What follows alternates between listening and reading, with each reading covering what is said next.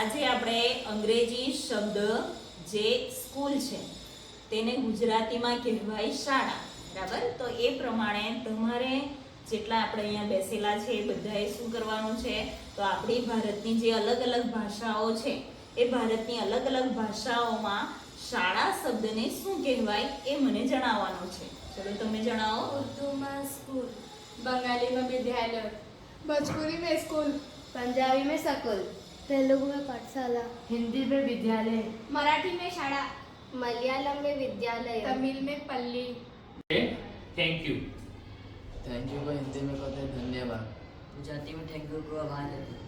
मलयालम में thank you को नांदी कहे छे. उर्दू में कहते हैं थैंक यू को शुक्रिया. तेलुगु को धन्यवाद आलू कहते हैं. पंजाबी में धन्यवाद बोलते शुक्रिया. बंगाली में धन्यवाद कहते हैं, तमिल में नांदरी कहते हैं. गुजराती भाषाનો શબ્દ છે માફ કરશો. मराठी भाषाનો माफ करा. भोजपुरी भाषा में कहते हैं माफ़ करना. बिहारी में कहते हैं माफ करी, हिंदी में कहते हैं माफ़ करो. राजस्थान में कहते हैं माफ काटो.